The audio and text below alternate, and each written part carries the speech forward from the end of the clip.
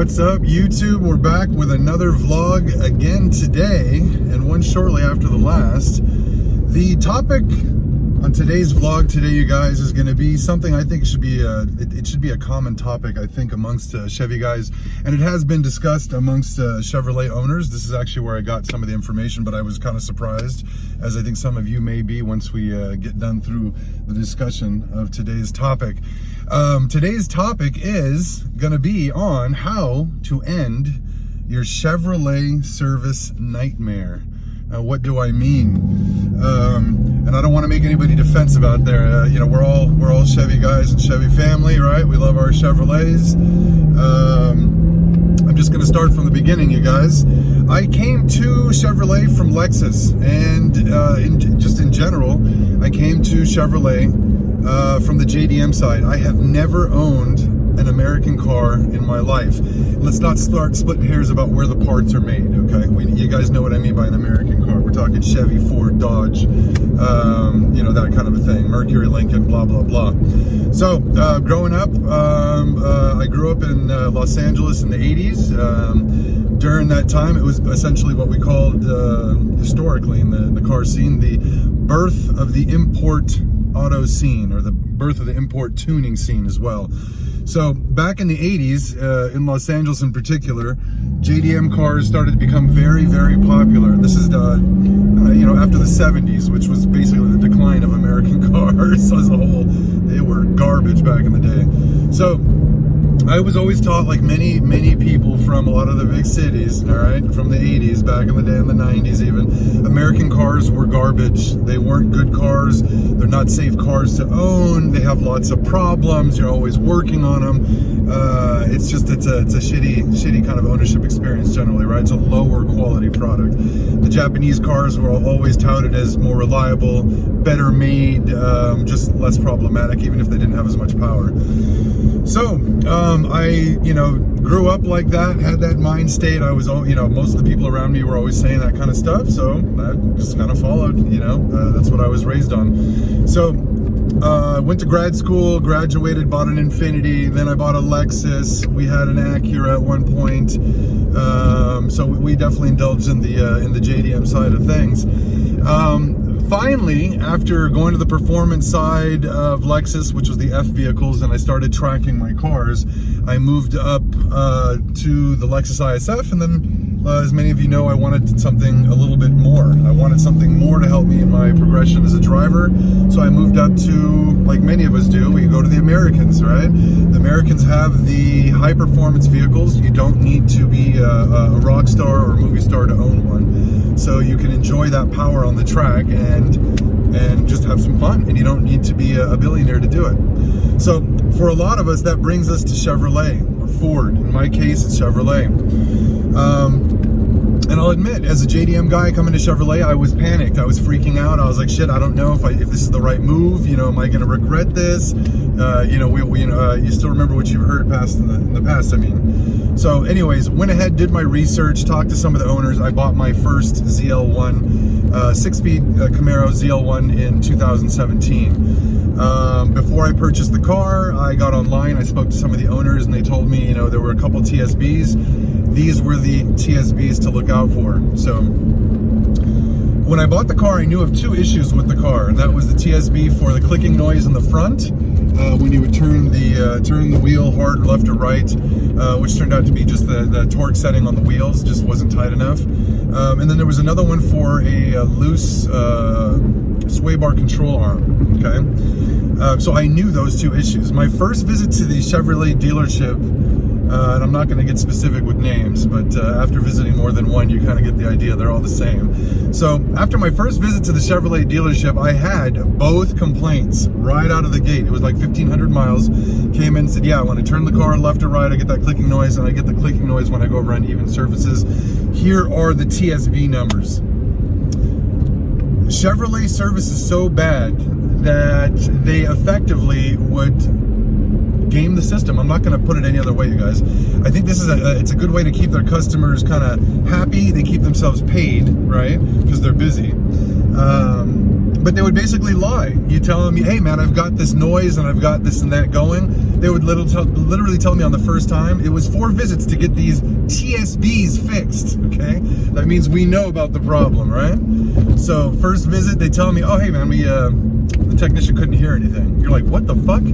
I mean, these are pretty obvious, you know, issues, clunking and noises. So obvious to the point they have TSBs. What? Couldn't hear it. Okay, fine. You kind of walk away and you're like, you know, I don't want to start shit with my new service advisor. You know, I'm gonna be nice and shit. So again, you don't say anything. You go away and you're like, you know what, man? I'm gonna take it back and I'm gonna record it, doing whatever the hell it's doing. Brought it back a second time with the video. The technician tells me straight up, oh, yeah, we still don't hear it. So you're starting to get kind of frustrated and you're like, look bro, here's a TSB, can you guys just fix it? He said, oh well, Chevy can't fix it unless they hear it or the technician hears it. So the third time you come back, you're like, look bro, I'm gonna be in the car with the guy, we're gonna show the guy, it's super easy. Oh, now I hear what you're talking about, which was as obvious as me talking to you right now.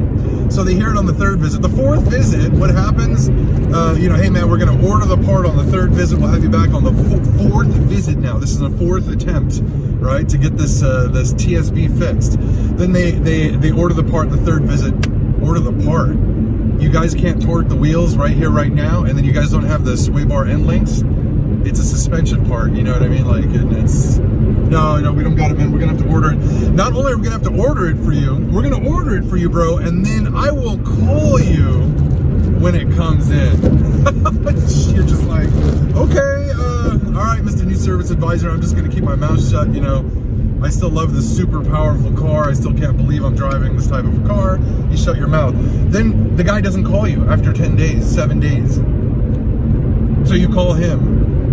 Oh yeah, man, we got your end link. Come on in. It's a disaster. It's 4 visits to get sway bar end links, and it was on one side. It was just the driver's side, and then to tighten up both wheels. So after that disaster, I said, you know what, man, I'm gonna go to another Chevrolet dealership, man. That's what these guys online are telling me in the forums. Switch it up. You know, some are good. All right. I go to another Chevrolet dealership. My first visit, oil change, and you know, after I did my track day or whatever, you know, come on, man, let's go ahead and let's do some tires. So they do the tires for me, and I bring the tires in for them. They do the tires in for me, oil change, whatever.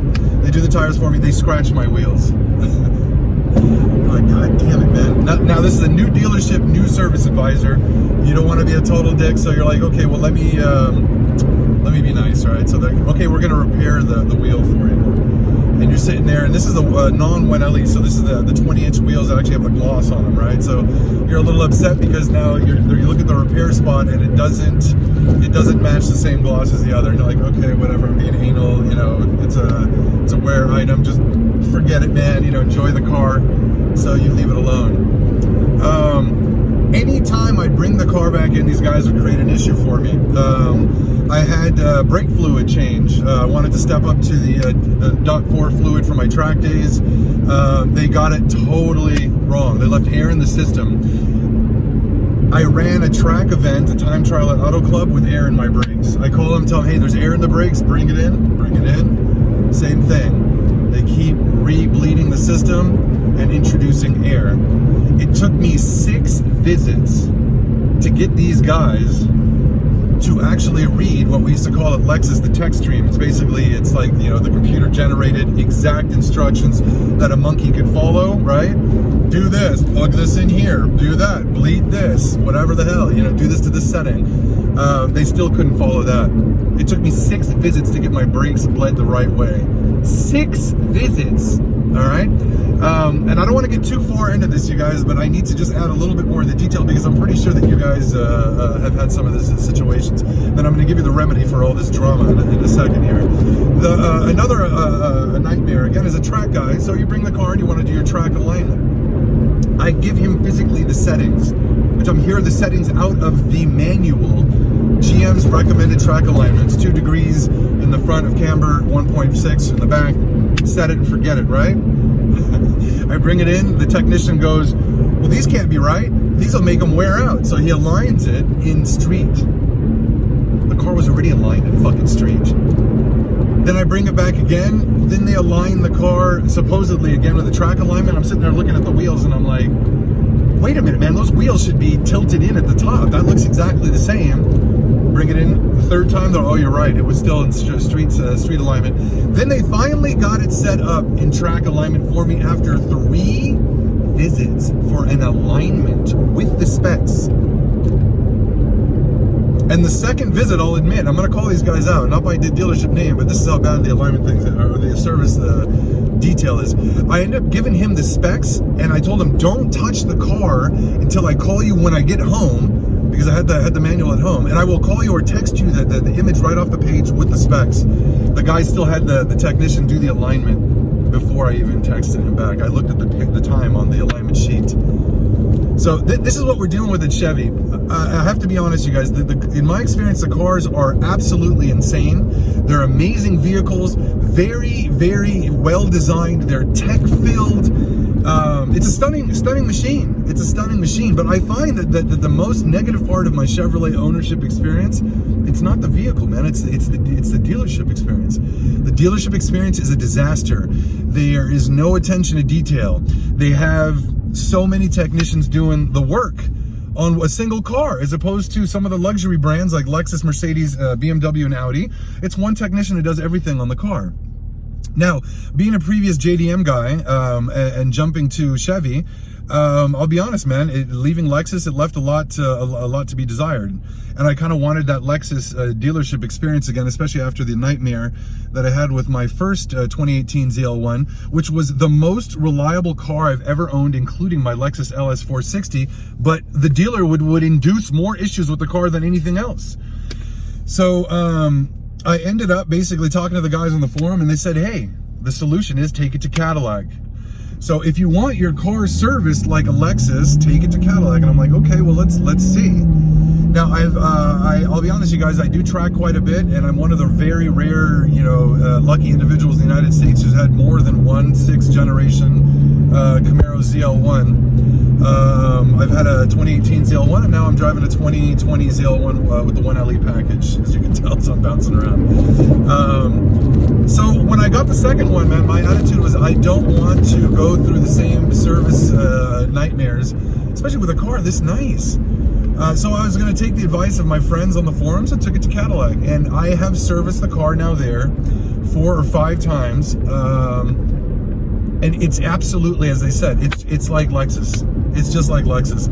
There's no loss in attention to detail. The guys are constantly calling you to update you on what's going on with the car. If parts need to be ordered, the parts are in right away. There's no waiting. They don't play stupid. They look at something and they're just as upset about it as you. Oh, wow, hey, yeah, you're right. Oh, that doesn't look right. They're not sitting there playing stupid like they don't hear what you're talking about, which is what you get at Chevy. And that was the most frustrating thing. Not only is your time valuable, it's frustrating because you start to figure it out. They're playing you. They're totally playing you for stupid. So my solution, and to the big thanks out to the guys who advised this for me. You guys have to take your car to Cadillac. Cadillac is able to service all Chevrolet vehicles just like a GM dealership, except their technicians, let's be real, they're better. They're I'm not going to say they're all Foreman quality, but yeah, man, they're Cadillac quality. They're going to be better than your technicians at Chevrolet. There's more attention to detail. The technicians are they're on the ball. And it's not only the technicians, the service advisors. The dealerships are nicer. The dealerships are also not inundated with cars. I mean, every time I go to Chevy, they didn't have room even under the area, the overhang area next to the offices for the service advisor. There was no room for me to even park my car even underneath the overhang. That's how many cars they had, and I was getting there before work, right? So it was literally like, right when they would open. There was no room. That's how busy these guys are. You go to Cadillac, they're wide open, man, and they get you in. I've had situations at Chevrolet where I would call my service advisor and he'd tell me, hey man, we're too busy right now. Can you call us next week and see if you can get it in? What kind of shit is that? This is supposed to be done at my convenience, man. I'm busy. I'm the fucking customer, not you guys. And then to add insult to injury, all of the failures that Chevy had done on the car to service the car the correct way, do you think that these guys offered me any discounts? Do you think they offered me any refunds? Excuse me. They never refunded me shit. They never refunded me shit. I just kept my mouth shut and just kept fucking paying these fucking assholes to do the work. So, like I said, there's no attention to detail. They don't even feel sorry. And I'm pretty sure that the Chevrolet dealership model or service model is just keep them coming back, because I'm sure they get paid for any attempt to look around, right? So they're getting paid for that. And then they're going to get paid for, you know, ordering the part or whatever it is, or get paid for the part later, and they'll get paid for the service. The loser is you and your time, right? And let's be real, the new Chevrolet products, whether it's the SUVs, the sedans are fading, the SUVs, the trucks in particular, or the sports cars. You have the Camaros are amazing, especially the higher end ones like the SS1LEs and the ZL1 1LEs. The new Corvette, you know, that kind of a thing. All of their new generation SUVs and pickup trucks are also amazing. And you get in them and you're just like, yeah, I want to own this. One of my great friends, who's actually an MD and an anesthesiologist, man. The guy used to drive a Mercedes, beautiful Mercedes. You know, that was his daily. He just sent me a message on Instagram, or texted me actually, excuse me, saying that he just picked up a new Chevy pickup truck. It's fucking beautiful, man. Honestly, it's beautiful. If I wasn't a track guy, man, I'd be a little bit more willing to take a look at these pickup trucks. But the bottom line is, we're as consumers, we're tempted to go out and pick up these cars. They're beautiful cars, man. But we shouldn't have to suffer for this, you know, with the service. The service quality is garbage. So I think it's a great idea, you guys, take your car to Cadillac. Take your car to Cadillac. I don't care whether it's an SUV, a sports car, or a pickup truck even. You'll get the attention to detail. The car will be fixed the right way the first time. You're not wasting your time, and nobody's going to play you. So I hope this video helps you guys out there, because I'm sure I'm not the only frustrated owner with a Chevy. And it's not only a Chevy that I love, a Chevy that I loved so much I was willing to go out and buy again, okay? And this is a message to Chevrolet as well. You know, we you know, if you guys are definitely doing something right. You guys are absolutely doing something right. I was an ex-Lexus owner. You know, like I said, I was trained to, you know, raised to stay away from Chevy products and American cars. You guys have gotten to the point where you're stealing away Toyota owners of luxury brands, right? You know, keep us around, excuse me, by making sure your dealerships honor their end of the bargain, all right? I'm walking in with TSB numbers and complaints and videos, and they're still playing your customers, and they're playing you guys, and they're getting paid. So you guys need to crack down on that big time. So you have customers coming in, and they love your cars. So I just wanted to just throw a heads up out there to the viewers. Take your car to Cadillac, you guys. You'll be a happy owner. You guys take care. I'll catch you on the next video. If you like the video, make sure to like and subscribe, and make sure to hit that like button. Leave a comment. Tell me what you guys think. Tell me. I'm sure some of you guys there have had some similar Chevrolet service nightmares, and I can only imagine. I'm driving a new one, so at least I can go up there with my warranty and argue. I can only imagine having a used Chevy and then going back and having to pay. After a while, I'm just like, you know what, fuck it. I don't even want the car anymore. It's a headache. Between the car, you know, it's an older car and having a problem in the dealership line, get away from the thing. Anyways, I wish you guys the best of luck. Happy motoring. Many happy miles to you guys. Big thanks from Tamara, the track enthusiast. I'll catch you guys on the next one.